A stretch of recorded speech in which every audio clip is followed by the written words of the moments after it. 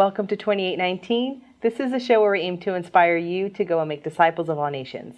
I'm Sandra Dimes. And I'm Brian Rohenbacher, and this is a television outreach of Reasons to Believe, a viewer-supported ministry where science and faith converge. And as you're watching, if you get inspired to support resources like this show, visit reasons.org/2819. And for those of you watching on YouTube, make sure you hit that subscribe button below. And make sure you stay up to date on all the awesome videos we're putting out. And don't forget to connect with us on Facebook, Twitter, and Instagram. We're at 2819 Show. We'd love to hear from you.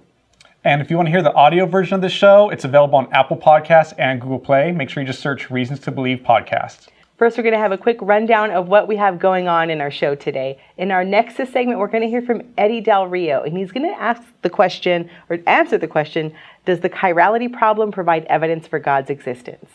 And in Culture Talk, Sandra will be talking to Hugh Ross about the question, is religion just an excuse to feel special? In our Give and Take segment, Jeff will talk with Mike Strauss, and he'll ask him, do scientific breakthroughs eliminate the need for God? And in our RTB News segment, Caitlyn Carr will be talking to Monica about the Visiting Scholar program here at Reasons to Believe. It's a great program, so make sure you check that one out. But first up, we have RTB 101. Krista will be talking with AJ Roberts about kind of a starting question. What is evolution? Let's check it out.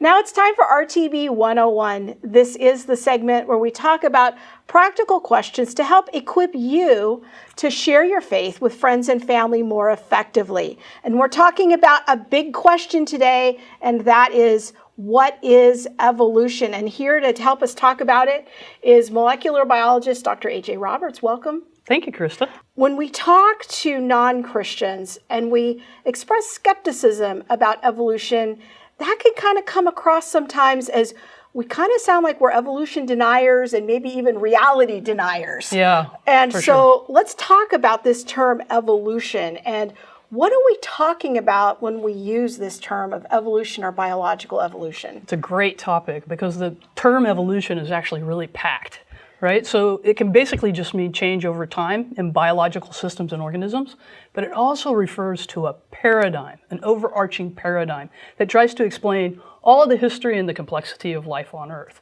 through materialistic or naturalistic cause and effect type mechanisms, physical processes, if you will, right? So it's important to understand that when we use the word evolution, we can actually be referring to many different mechanisms and many different types of evolution, or we can be referring to that overarching story, right? So we often think of evolution in the context of chemical evolution, microevolution, microbial evolution, macroevolution, and sometimes speciation. So it can mean a lot of different things. So when that term comes up, we're going to have to ask some questions. What do you mean by that? That's right. Okay, because it could mean a scientific idea or it could mean a philosophical idea, it sounds like. That's right. It can mean actually a specific scientific mechanistic process, or it can mean a philosophical idea. Very good. So when we think about, one of the terms that you mentioned there was chemical evolution. That's a new term for me. So I want to know what that is and how does that compare with biological evolution? Sure. So chemical evolution is sometimes a way that we refer to origin of life or the beginning of life. Okay. It's like the primordial soup type of thing? Yeah, exactly. Okay. Right. So some people might ask, well, is chemical evolution really like biological evolution? And the answer is no, because biological evolution involves natural selection or environmental pressures on molecular variation that allow the survival of the fittest, if you will, right? And so chemical evolution refers to primordial building blocks, like biomolecules, and those things aren't self-replicating. And until you have something that's self-replicating, you can't have natural selection working on anything. But origin of life is still a big hurdle that needs to be crossed if you want to talk about evolution, that story, that paradigm, right? So if we're talking about chemical evolution, it sounds like we're going to express some skepticism about whether or not all the scientific case is in for that. But biological evolution, we might be more open to some forms of that. That's right. I think that chemical evolution still has a lot of hurdles to cross, and we're not any closer to a naturalistic explanation of the origin of life. If we're talking about genetic information, because I know the question of genetics is a big one when it comes to the question of evolution. So let's talk about that a little bit. Right. So again, evolution is sort of natural selection working on molecular variation. That molecular variation occurs in the genomes or in the genetic information of organisms, right? So So there are some mechanisms that can produce that variation: mutations, insertions, deletions, inversions, recombinations. These are sort of the mechanistic underpinnings of evolution that we actually observe, whether it's microevolution or microbial evolution. Okay. So that sounds like a type of evolution that we would actually affirm. Absolutely. That we've seen in real-time observations. Absolutely. I think anyone would be hard-pressed scientifically to deny microevolution or microbial evolution. So how do you think about the question of evolution within the context of you being an old Earth creationist or a progressive creationist? Yeah, so I really think of evolution in the terms of molecular adaptation. That's sort of, it's a capacity that's built into the system by God so that organisms can adapt to changing environments and different environmental pressures, and as species they can continue to survive. Okay, so it sounds like you're willing to allow for some forms of evolution, but when we think about chemical evolution in particular, or maybe macroevolution, we're more skeptical about the scientific case for that. That's right, because you actually have larger hurdles if you start to talk about things like macroevolution. Now you aren't just talking about adaptations that allow species survival, but you're talking about a change of one type of organism to a completely different type of organism. So very important to define our terms. Yes. When we're talking to people about what is evolution, what are we talking about? Absolutely. And then to differentiate the different types of evolution and what the scientific case is for each of those. Yeah, so hopefully this has been helpful. Well, thanks for joining us, AJ. And I want to encourage you, if you haven't yet checked out AJ's blog called Theorems and Theology, just go to our website, reasons.org, and type in keywords theorems and theology, and you can read some of her blog posts that she's written on evolution that kind of echo these themes and explore them in more detail. I also want to encourage you to get connected with her on social media. She runs her own Facebook and Twitter accounts, and that's another way to interact with Dr. Roberts and her research. A more interesting evidence, in my opinion, is that of the problem of chirality. Oh, yes. As a cell or molecular biologist, you know exactly what I'm talking about, but for viewers who don't know, in organic chemistry, we can have the ability to call a molecule that involves carbon as right-handed or left-handed. It will have the exact same chemical empirical formula, but it has a different shape. And what's fascinating is that all 20 amino acids that comprise the proteins that make up our life are all left-handed. Yes. This is amazing. And then the ribose sugars that are part of the DNA backbone, or I should say both for deoxyribonucleic acid or DNA and ribonucleic acid RNA, are all right-handed sugars. This is akin to discovering today that every chocolate chip cookie you ever ate, ever bought, ever saw, and the same for all around the world, had an even number of chocolate chips in it. This sort of prompts a suspicion of some kind of intelligent agency, that it's an artifact. Right. And basically the biology wouldn't work if all of the amino acids weren't left-handed and all of the nucleic acids weren't right-handed. We would run into functional problems, correct? That is correct. And so why is it a challenge if we observe all of that in living organisms? There must be a really easy way to come up with a left-handed or right-handed chiral solution of only amino acids or nucleic acids. Well, it's not easy. In fact, pharmaceutical companies make drugs. And when they just crank out the chemical equations, it comes out in a 50-50 ratio they call racemic. A medicine like omeprazole, which is the active ingredient in Prilosec, is such a medicine. But then pharmacists and pharmaceuticals sometimes have the objective of producing only one of the chiral fashions of that. And so it's a much more difficult process to get just left-handed molecules, as in esomeprazole, the active ingredient of Nexium. It involves intelligent agency to try to get just a monochiral or one-handed molecule. And we run into those same challenges if it's just simple amino acids or nucleic acids. That's correct. For more on this topic, visit reasons.org and search the word chirality. Now it's time for Culture Talk. This is the segment where we talk about the intersection of faith and pop culture and how culturally relevant topics can be used to start conversations about your faith. I'm joined today with Hugh Ross, astronomer and president of Reasons to Believe. Welcome. Thank you. Thank you for joining us. So I'm going to let you know, I was plumbing the depths of YouTube, and I found a Neil deGrasse Tyson video, and he's asked the question of whether he believes in God, and he very coolly answers that religion is really just an excuse for us to feel special, and that the reason we should feel special is because the main ingredients that we find in the universe are the main ingredients that we find in us. So we are the universe is us, and that makes us special. So as an astrophysicist, I want to ask you, what do you think of that? Well, we don't need religion to feel special. We don't need the universe to feel special. Every human being feels way more special than the specialness that Neil deGrasse Tyson is talking about. I mean, it tells us in the Bible that God has written eternity on our hearts. There's something within every human being, including the most famous atheists, that persuades them that they have some ultimate purpose and destiny. How do you explain that in a non-theistic context? I mean, we're all driven by this sense that we've got some ultimate purpose and destiny, that there's some hope for ourselves and for humanity. That can't be explained if there is no God behind the universe. In fact, none other than the other famous astrophysicists we're dealing with here from a non-theistic perspective, Lawrence Krauss. He published a paper in the Astrophysical Journal with a colleague where he basically said, if the universe is all there is, to quote Carl Sagan, then there is no ultimate hope, purpose, or destiny for humanity or any life form. So in that context, why would you expect that some non-theistic evolutionary process is built into every human being, this sense that we all really do possess ultimate hope, purpose, and destiny? There's an inherent contradiction here. And I think that's a powerful argument for why there really is a God and why it is the God of the Bible. So let's talk about then the comment that is made, and it's even from Carl Sagan, that we're all made of star stuff. Like, how can we look at that? Is that, if we believe that God created the universe and he created the earth, and that humanity was created from the dust of the earth, then is it scientifically and biblically inaccurate to say that we are made of star stuff?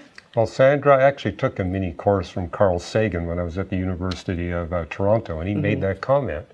And he's right, we are made of star stuff, but it's exquisitely fine-tuned star stuff. If the universe wasn't created with precisely the mass that it has, if it had a little bit less mass, then stars would only be making hydrogen and helium. We'd have no carbon, oxygen, nitrogen, or phosphorus, and no life would be possible. Make the universe very slightly more massive, the stars would only be producing elements heavier than iron. And once again, no carbon, oxygen, nitrogen. So yeah, he's right. We are all made of star stuff, stardust if you like, but it takes exquisite fine tuning by the hand of a supernatural creator to make sure we get just the right kind of stardust, get it distributed in just the right locations. Stars have to be designed in such a way to export their dust into the right locations to make life possible. If we take that all into context, we realize, wow, there really is a God that's behind all the stars that are out there, making sure they produce exactly what is necessary to make life possible. Well, that's really exciting, because then I think about being out in the night sky, getting out of the city, first of all, and seeing the stars and maybe even our galaxy. And it makes it that much more exciting. Do you find that you can even share that with others and they're more excited to see stars and to look through a telescope? Well, Sandra, you know I like to do star parties. Yep. In fact, I take my telescope up on some kind of mountain road, and what I notice is cars will stop and strangers will walk out. They want to look through the telescope, and what they see is just they're awestruck by what they see. And what I realize is only half the world's population has ever seen the Milky Way. And so the heavens aren't declaring the glory of God like they did in the days of Abraham. And so I'm really passionate about actually showing people what's out there. And when that sense of awe comes over them, that gives me an opportunity to share what's behind that sense of awe that they feel, that there's a God behind. And we get wonderful opportunities to share our Christian faith just through star parties. Yeah, well, that's good stuff, Hugh. So then if people want to find out more about just this topic and seeing God's glory in the heavens, where would you point them to? I'd probably have them start with why the universe is the way it is. because that really exposes people how the universe is designed, the laws of physics are designed, and it's designed to redeem human beings. It's not just designed to make a home for us. It's designed to deliver us from our propensity towards evil and bring us into a realm where evil is no longer possible. It's an amazing universe in which we live. Thank you so much for that. If you want to hear more from Dr. Ross, visit reasons.org and search today's new reasons to believe. Now we're going to check out Give and Take. Jeff will talk with Mike Strauss and ask him, does scientific breakthroughs eliminate the need for God? Let's check it out. Hello, Jeff Zwerenk again with Give and Take. This is the segment of our show where we explore challenging and interesting scientific ideas to help equip you to be more confident in the truth of Christianity. Today we're joined by particle physicist Mike Strauss, and we're going to answer the question, if we find an explanation for something, does that mean that God's not involved? Mike, it's good to have you on the show again. It's always great to be here. Thanks for inviting me. So kind of give us a brief update. I know you do particle physics at the University of Oklahoma. What does a particle physicist do? Well, the main job of particle physicists is to try to understand the fundamental structure of the universe. What are the smallest particles in the universe, and how do you put them together? And so we use these big particle colliders to smash particles together, see what comes out, play with fun toys, and understand the structure of the universe. So the very nature of what you do is trying to find explanations for what happens. And so I can see where, as a Christian, that all may generate a little bit of a conflict or at least tension there, because often we seem to say, well, in these areas where we can't explain, that's where God's involved. So how do we wrestle with that, where we're trying to find explanations? And if we do, does that mean that God is no longer involved? I find this is a common misconception among both believers and non-believers. The idea is that if I can mathematically explain something or explain it through natural means, then somehow I've removed God from the picture. But that doesn't seem to be the biblical idea of how God works. In other words, God is only involved if a miracle occurs. Mm-hmm. But throughout the Bible, we see just the opposite. The Bible says God feeds the lions, and ancient people knew that lions were not fed by some supernatural meat from heaven, right? And so the idea is that God does things in lots of different ways. Sometimes he does miracles. Sometimes he does things through just natural processes, like feeding the lions. And sometimes he does things through maybe hypernatural processes, things that seem so improbable, but they happen anyway. So when I look in science for an explanation, I'm not looking for a natural explanation that will remove God, but a natural explanation that will explain how God does something. So I want to come back to the kind of that hypernatural and natural explanation and how that kind of plays out. But your statement there seems very important for this reason, is that if God's only involved in the miraculous, then there's all this other stuff that's going on where he's uninvolved. And that seems a very unbiblical picture of who God is. Yeah, it's certainly unbiblical. Jeremiah says God formed him in his mother's womb. Well, did Jeremiah know how he was conceived? Of course he did, right? So every person that believes in God would say conception is a natural process, but God is still involved in the outcome. And I think that's super important. And so there's this indictment against Christians that if I say God did it, I somehow stop scientific investigation. Mm-hmm. But that's not true. If I say this looks designed, therefore I believe a designer did it, that says nothing about how the designer did it. And certainly as a scientist and a believer in the Bible, I think most of God's design is implemented through natural means, but it still points to a designer.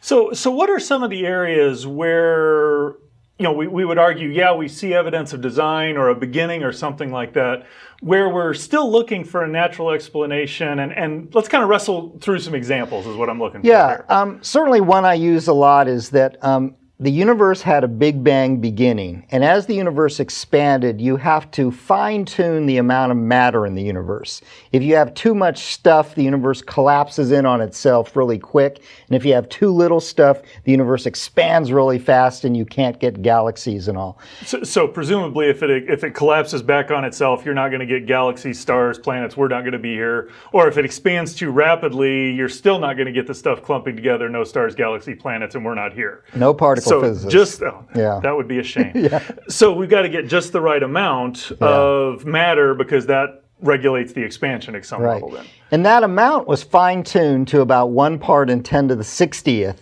within the first second after the Big Bang. So some people would say, well, that must be a miracle, but we think we have a mechanism that makes that happen. A mechanism called cosmic inflation forces the matter density to be what it should be. But this is a finely tuned mechanism of itself. It's like a machine that works just perfectly.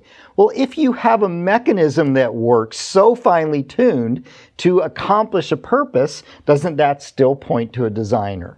Was thinking, we do this in other places. I mean, Absolutely. I put gas in my lawnmower quite often. Yeah. And there's this little hole, gas glugs out, but I also have this very finely thing called a funnel, which takes that gas and makes sure it gets in the tank. Yeah. The fact that it has to get in that little hole and I've got a mechanism for getting it doesn't mean that mechanism isn't designed. Is that kind of what you're getting at Yeah, I here? love the gas analogy because it's just like cosmic inflation. It forces something to a very finite value, but it's clearly designed.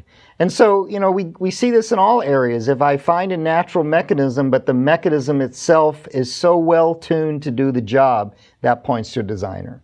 So what we've got in inflation there is we've got this thing that appears very finely tuned, that if it were other than that, we wouldn't be here to talk about it. And so it matches that. Our universe matches that expectation. But yet we also have a mechanism that produces it. Right. And so your contention is just because we have a mechanism, that gives us information on how God did what had to be fine-tuned. It doesn't remove him from the picture. It just gives us more information on what he did, if you will. And there is a misconception among, again, believers and non-believers that when I find the mechanism, I don't need God anymore. And I think we as Christians need to try to avoid that kind of argument, that because it looks so finely tuned, God must have done it miraculously. What we really need to ask is, because it looks so finely tuned, there must be a designer. Now, how did the designer do that? So let's look at another one. We did another episode where you talked about the strongest scientific evidence for God, and you were talking about how that there's a beginning to our universe. Yeah. I spent enough time doing research in there to know that people are still looking for an explanation for why there's a beginning to our universe. Yeah. Are we dealing with the same sort of thing there? Yeah, there's lots of, it's all speculation. We really don't know, but there's a lot of speculation to look for a natural cause to the beginning of our universe, as if somehow, if I can find a natural cause, it would remove God. And my contention, based on what we've talked about, is that wouldn't remove God. This universe has a beginning. That's what we believe as Christians. That's what science has shown us. And that's what the Bible says. And that's what the Bible says. But nothing says how God brought this universe into existence. And so the how could still be a natural mechanism that's finely tuned, tunes the entropy, tunes the matter density, tunes everything just right. And that could be how God did it. And if we find that, it'll point just as much to a designer as maybe a universe that was miraculously brought into existence.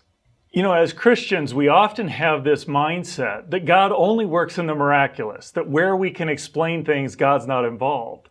The challenge with that is that the more we explain, moves God into a smaller and smaller corner. But yet the Bible talks about God being involved in everything, from feeding the lions to forming us in our mother's womb to creating the universe.